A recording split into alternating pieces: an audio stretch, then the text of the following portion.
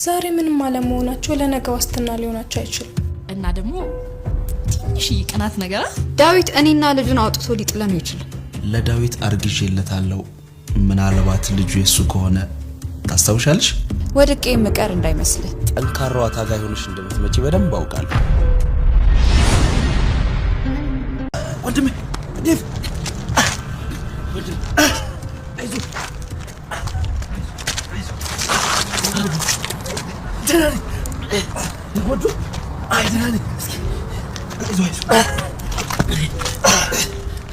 አመሰግናለሁ ባንቴሮ።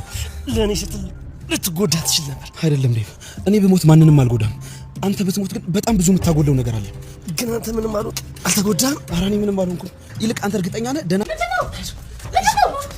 ባንቴሮ ምንድነው? ተለቀቁ። ቆይ ወንድሜ ምን ሆነ ነው? ደህና ነኝ። አይዞህ። ምንድን ነው የሆነው? እንዴ ደህና ነኝ ትላለህ? እነዚህ ሆነህ እያየሁ የግድያ ሙከራ አደረኩ። ምን አልጎዱም ታዲያ? ደህና ነኝ። እንዴ ማለት ማን ይሄንን ነገር የሚያደርገው? ባል ሊሆን ይችላል። ያው ባንቴሮ ነው። አላለ ባንቴሮ ባይኖር ነው እዚህ ጋር ቆም ያተገኘው ነበር። አያደርገውም። ይኸውልሽ ሉሊት፣ እኔ አንድ ቆንጆ ሀሳብ አለኝ፣ ግን ምንም አይነት አልፈልግም። ምንድን ነው? እኔ ቆንጆ ቤት አዘጋጅቻለሁ። ቆንጆ ቤት ነው ያልኩት ዳዊት። አልገባኝም። ይኸውልሽ ወላጆችሽ የግዴታ እዚህ መምጣት አለባቸው። ዴቭ አዎ፣ አንቺ እዚህ በሰደቀ ወላጆችሽ ደግሞ በስጋት መኖር የለባቸው።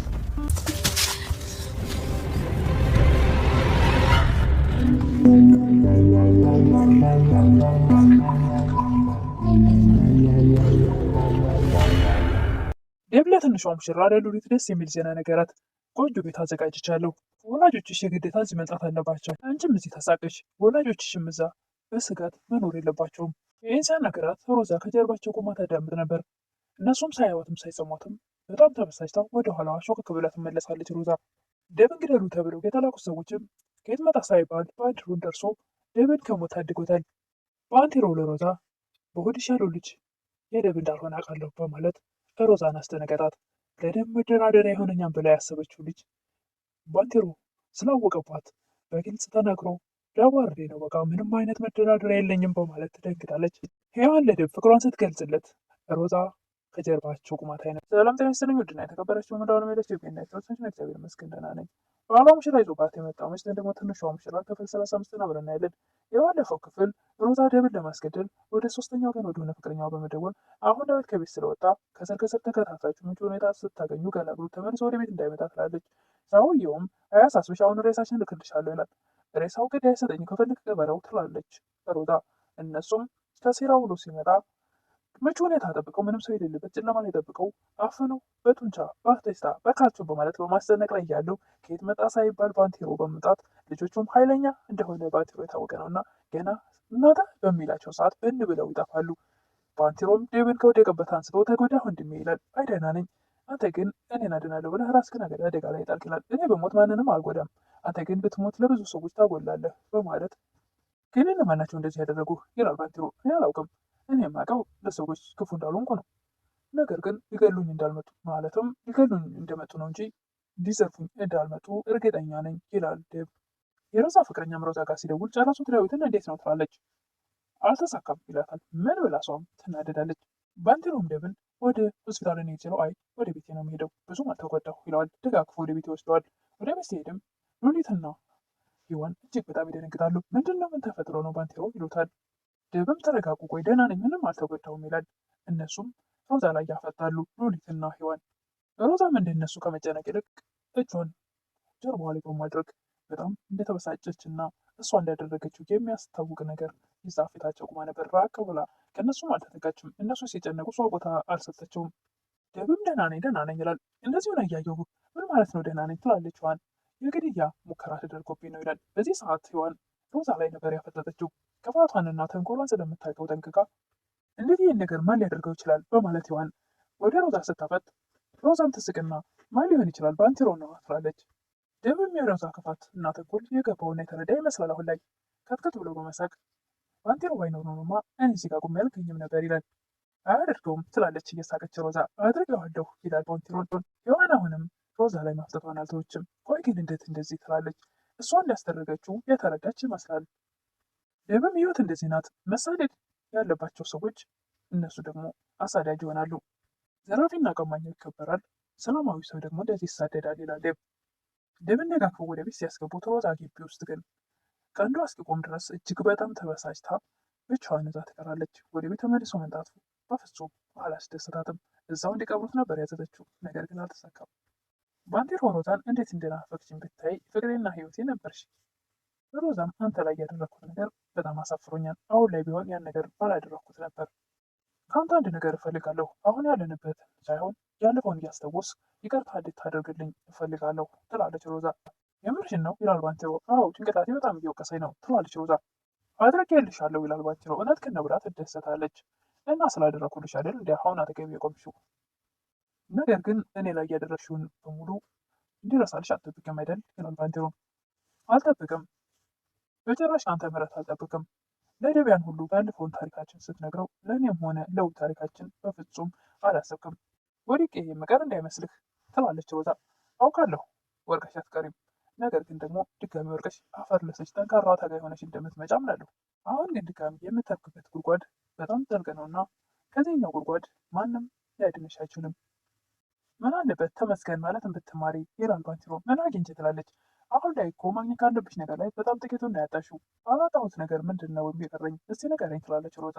እንደፈለግሽ በህይወት አለሽ፣ እየፈለግሽውን እየበላሽ እየጠጣሽ፣ እንደፈለግሽ እየወጣሽ እየገባሽ። ይህን ነገር እኔ ወይም ሌላ ሰው ብንሆን እናደርገው ነበር?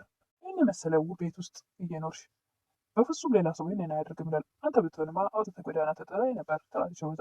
ይሄ ደግሞ እየሆነ ያለው በደም ምክንያት ነው። ያለሽንም እንዳታጪ ተመስገን በይሺ ብሎ ጥሯት ይገባል ወደ ቤት። ሮዛም ያለኝን የማራበት ምንም ምክንያት የለም፣ ምክንያቱም መደራደር ያለ በማለት ወዷን ታበሰበሳለች። ወዷ ባለው ጽንስ ስለመደራደር የኔ ውድ ልጅ አንተ የመኖር ዋስትና ነህ ትላለች ሮዛ። ምሽቱ ነጋና ጠዋት ሆነ። ሔዋን ደምን ስታየው ገለውብኝ ቢሆን ኖሮስ ወደፊት የሚሆን ነውረኝን ህይወት እያሰብኩ እኮ ሌሊቱን ሙሉ ሳልተኛ ሳለቀስ ነው ያደርጉት ትላለች ለደብ። ደብም ሔዋኔ እኔ አንቺን ትቼ የትም አልሄድም በሚላት ሰዓት እጅግ በጣም ትደሰታለች። ማን ያልከው እስኪ ድገመው ትላለች ሔዋን። ደብም ለሔዋን በአንዳንድ ነገሮች እድለቢስ ነኝ፣ በፍቅርም ሆነ በትዳር አንም ይህን ሀሳብ እኔም እጋራለሁ። ነገር ግን አንዳንድ እጣ ፈንታዎችን እጃችን ላይ ነው ያሉት። ምናልባት እኛው በገዛ እጃችን ማስተካከል የምንችላቸው ይሆናሉ። አንቺ እጣ ፈንታሽን ጽፈሽዋል ይላል ደብ። እኔ እጣ ፈንታዬን አንተ ላይ አብስኘዋለሁ፣ መጻፍ ብቻ ሳይሆን ልቤ ላይ ስየዋለሁ ትላለች ሔዋን። ደብም ለሔዋን በጋ የደረሰብኝን ነገር ሪፖርት ማድረግ አለብኝ በማለት ቻው ብላት ትሄዳል። የሮዛ እናት ወደ ልጃቸው ይደውላሉ። ለድሮ ሮጣ እናቴ እማዬ ብላ የምታነሳላት ሮዛ አሁን ላይ ግን ይቺ ሴትዮ ደግሞ ምን ለፈልግ አደወለች ስላለች እናትነቱ ክብር ቀረና ምን አዲስ ነገር አሉ አለ ይላሉ እናትየው። እሷም ምንም አዲስ ነገር የለም ትላለች። እንዴ ላስታውሰሽ ከረሳሽው አንድ ነገር አስቤያለሁ፣ ነገር ግን አሁን አልነግርሽም፣ ነገሮቹ ሲስተካከሉ እነግርሻለሁ ብለሽ ነበር ይላሉ እናት። እኔም ከጎዳና ህይወት አንቺንም ከችግር የምታደገን ከሆነ የት አለ ይላሉ እናት። ነገሩ ከሽፏል ትላለች ሮዛ። ምንድን ነው ያልሽው ይላሉ እናት። እናቴ በቃ አልተሳካም ትላለች። ድሮም አንቺ ምንም ነገር አቅደሽ ተሳክቶልሽ አያውቅም ይላሉ እናት። የተረገመ ባንቴሮ ከእስር ቤት እንደወጣ ላስደፋለች ብለሽ ቆይ እኔ እቅዳለኝ አልሽኝ ትላለች እናት። ሮዛም ለዚህ ሁሉ ተጠያቂ አንቺ አይደለሽ እንዴ? ባንቴሮ እስር ቤት እንደገባ ለዳዊት መረጋሽ ሄዳርሽኝ ትላለች ሮዛ። እናትም እኔማ ልብ ያለሽ መስሎኝ ነዋ፣ በዳዊት ስም ያለውን ንብረት በሙሉ ወደ ስምሽ ታዞሪያለሽ ብዬ እንጂ እንደዚህ አይነት እንከፍ መሆንሽን ማመች አወቅኩ ትላለች እናት። እናትም በስተርጅና ጎዳና ላይ ወጥቼ የምጠማ ከሆነ መሰቃይ ከሆነ ይህ ሁሉ መንስኤው አንቺ ነሽ። ልጅ ሲወለድ ደግሞ እናቴ በህራም ምክንያት ሞተች ብለሽ ንገሪው። ሉሊት ከትምህርት ቤት ቆይታው ስለመጣች ወይም ደግሞ ስልኳን አላነሳ ብለው ስለነበረ ምንድን ነው ምን ተፈጥሮ ነው ይላል ዴብ። ምንም አልሆንኩም ላይብረሪ ስለነበርኩ ስልኮን ሲጮፍ አድርጌው ነው ትላለች። የሚረብስሽ ነገር አለ እንዴ ይላል ዴብ። እናትሽ ደውለው ነበር ደህና ናቸው ይላል ዴብ። አዎ ደህና ናቸው፣ ነገር ግን ዛሬ ላይ ደህና ቢሆኑ ለነገ ዋስትና አይሆናቸውም ትላለች ሉሊት። ያ ሰውዬ አሁንም ከህይወታቸው አልወጣም እንዴ ይላል ዴብ። አሁን ላይ ምንም የተሻለ ነገር ይመስላል፣ ነገር ግን እሱ በፈለገውን ነገር ለማድረግ እሱ ምንም ባያደርግ የሚያደርጉለት ሰዎች አሉ በፈለገው ሰዓት። እኔ አሁን ዛሬ ምን ሆኑ ነገ ምን ሆኑ እያልኩ ማሰብና መጨነቅ በጣም ሰልችቶኛል ትላለች ሉሊት። የሆዴን በሆዴ የልቤን በልቤ ይዤ ለሰዎች ፈገግታ ለማሳየት እንኳ ምን ያክል እንደሚቸገር ብታውቅ ትላለች ሉሊት። ደብም አውቃለሁ ይገባኛል ምን ያክል ስጋ እያሳለፍሽ እንደሆነ ይላል ሉሊትን። እኔ እኮ የማልጠየቅሽ የባሰ ጭንቀት እንዳልጨምር ደብ ለትንሿ ሙሽራ ለሉሊት ደስ የሚል ዜና ነገራት። ቆንጆ ቤት አዘጋጅቻለሁ። ወላጆችሽ የግዴታ እዚህ መምጣት አለባቸው። አንቺም እዚህ ተሳቀሽ፣ ወላጆችሽም እዛ በስጋት መኖር የለባቸውም። ይህን ስናገራት ሮዛ ከጀርባቸው ቆማ ተዳምጥ ነበር። እነሱም ሳያዩትም ሳይሰሙትም በጣም ተበሳጭታ ወደ ኋላ ሾክ ብላ ትመለሳለች። ሮዛ ከጀርባቸው ደብን ግደሉ ተብሎ የተላኩት ሰዎች ቤት መጣ ሳይባል በአንድ ሩም ደርሶ ደብን ከሞት ታድጎታል። ባንቴሮ ሮዛ በሆድሽ ያለው የደብ እንዳልሆነ አውቃለሁ በማለት ሮዛን አስደነገጣት። ለደብ መደራደሪያ የሆነኛም ብላ ያሰበችው ልጅ ካረጀችበት ቤት ስላወቀች በግልጽ ተናግሮ ላዋርደው ነው። በቃ ምንም አይነት መደራደሪያ የለኝም በማለት ትደግጣለች። ሔዋን ለደብ ፍቅሯን ስትገልጽለው ሮዛ ደግሞ ከጀርባቸው ቆማታይ ነበር። ሁለት ነገሮች አየች ዛሬ። አንደኛ የእናቷን የምትኖርበት ቤት ደብ ለማስደሰት ሉሊት ቤተሰቦች ሊሰጠው ነው በማለት ዘጋው። ሁለተኛ ደግሞ ምንም አይነት ስህተት ባለትዳሩ ነው አልፈልግም ሌላ ሴት አጠገቡ ተለጥፋ ስላየች ሮዛ ለማንኛቸውም ከደብ ጋር የምትደራደርበት ነገር ያገኘች ይመስላል ስላላት ጥልኝ ውድና የተከበረች በመላ ለመደች እግዚአብሔር ይመስገን ሰታችሁ ካሉ ዋጋ ሙሽራ ባት የመጣ ምስት ወይም ደግሞ ትንሿ ሙሽራ ክፍል 35 አብረን እናያለን። የባለፈው ክፍል ሮዛ ደብን አምሰራ ውሎ ሲመጣ ወደ ቤት እንዳይመለስ እዛው እንዳይቀስቀት እዚህ ቤት ደብ ለትንሿ ሙሽራ ለሉሊት ደስ የሚል ዜና ነገራት። ቆንጆ ቤት አዘጋጅቻለሁ። ወላጆችሽ የግዴታ እዚህ መምጣት አለባቸው። አንቺም እዚህ ተሳቀሽ፣ ወላጆችሽም እዛ በስጋት መኖር የለባቸውም። ይህን ሲያናግራት ሮዛ ከጀርባቸው ቆማ ታዳምጥ ነበር። እነሱም ሳያዩትም ሳይሰሙት ሰዓት ሊሆን በጣም ተበሳጭታ ወደ ኋላዋ ሾክ ብላ ትመለሳለች። ደብን ግደሉ ተብሎ የተላኩ ሰዎች ቤት መጣ ሳይባል 30 ዓመት ቀንተው ሊሆን ደብን ከሞት ያድጎታል። ባንቴሮ ለሮዛ ቃልቋል። በሆድሽ ያለው ልጅ የደብ ድሃ በልቀለው በማለት ሮዛን አስደነገጣት። ለደብ መደራደሪያ የሆነኛም ብላ ያሰበችው ልጅ ታውቃለህ ሌላ ሰው ነው ስላወቀባት በግልጽ ተናግሮ ላዋርደኝ ነው። በቃ ምንም አይነት መደራደሪያ የለኝም በማለት ትደግጣለች። ሔዋን ለደብ ፍቅሯን ስትገልጽለት ሮዛ ከጀርባቸው ቁማታይ ነበር። ሁለት ነገሮች አየች ዛሬ። አንደኛ እናቷን የምትኖርበት ቤት ደብ ለሉሊት ቤተሰቦች ሊሰጠው ነው በማለት ሁለተኛ ደግሞ ደብ ባለትዳር ለምን አትነግረኝም ሌላ ሴት አጠገቡ ተለጥፋ ስላየች ሮዛ ያለቀልሽም ጥሩ ነገር ግን ደብ ጋር እንደምትደራደርበት ነገር ያገኘች ይመስላል ማለት ጥልኝ ውድና የተከበረች በመላ ለመደጋገም እግዚአብሔር ይመስገን ደህና ነኝ። በኋላ ሙሽራ ኢትዮጵያ የመጣው ምስት ወይም ደግሞ ትንሿ ሙሽራ ከፈጥማ አሁን 35 አብረን እናያለን። የባለፈው ክፍል ሮዛ ደብን ከስራ ውሎ ሲመጣ ወደ ቤት እንዳይመለስ እዛው እነዛን ማስገባት ቤት ልታስነስ አቶ ዳዊት ይህማ በጭራሽ አይታሰብም እያለች ብቻዋን ታወራ ነበር። ደብ ሔዋንን ይቅርታ አልጠይቅሽ ነበረ አንቺ ላይ ያልተገባ ነገር ስላሳየው፣ ባንቴሮን ደግሞ እንደ መጥፎ ሰው ነበር ማየው። ምክንያቱም ሌሎች ሰዎች ላይ እንደ ሮዛና እንደ ሌሎችም አንቺ ላይ ያልተገባ ነገር ያደረገ መስሎኝ ነበር። አሁን ላይ ሳስበው ግን አንቺም ሆነሽ ባንቴሮ በፍጹም በተሳሳተ መንገድ ነገር አታደርጉትም፣ በተሳሳተ መንገድ ነበር የተረዳኋችሁ ይላል ደብ። ሮዛ ሉሊትና መናጫ ለማዘዝ ስትሞክር ባንቴሮ ምን አለበት አንቺ በቅርብ ጊዜ ከዚህ ስለምትወጪ ትእዛዝሽን ብታስተካክል ይላታል። በፍጹም እኔ ወደ ቀድሞ ማንነቴ እመለሳለሁ። ደብ ደግሞ ልጁንና እኔን አውጥቶ ሊጥለን አይችልም ትላለች ሮዛ። እውነቱን ልንገርሽ እስክትወልጂ ነው የምታገቢው። ከዛ በኋላ ልጅሽን ይነጥቅሽና ከቤቱ ያባረርሻል። ከልጄ ተለይቼ መኖር አልችልም ትላለች ሮዛ። ደብ ግን ያለ እናንተ መኖር ይችላል ይላል ባንቴሮ። የዚህ ልጅ መወለድ እንዴት በጉጉት እንደሚጠብቅ ስላላየሁ ነው ትላለች ሮዛ። ባንቴሮም ልጁ የእሱ ስለመሰለው እኮ ነው። ምን ብላ ትደነግጣለች ሮዛ። የአፎ ለብታ በቅቤ አይታሽም። ሮዚ እኔ እኮ እግሬን እንጂ ጭንቅላቴን አልነበረም ታመሜ የነበረው ይላል ባንቴሮ። ያልሽኝን ነገር ቃል በቃል ነው የማስታውሰው። ለዳዊት አርግዤለታለሁ።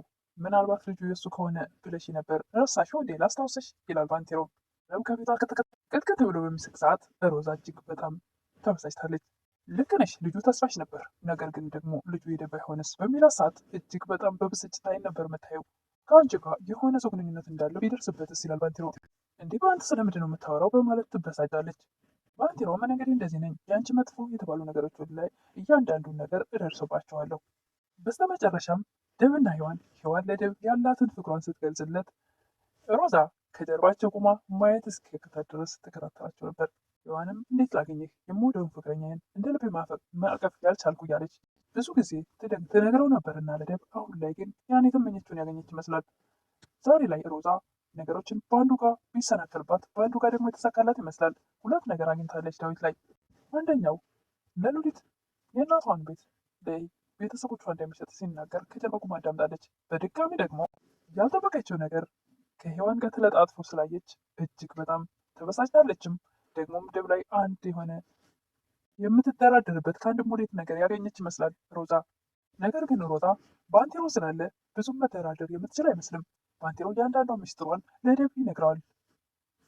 ለዛሬ ይዤ የቀረብኩት ትንሿ ሙሽራ ወይም ደግሞ ባሏ ሙሽራ ይዞባት የመጣው ሚስት ክፍል 35 ይህን ይመስል ነበረ።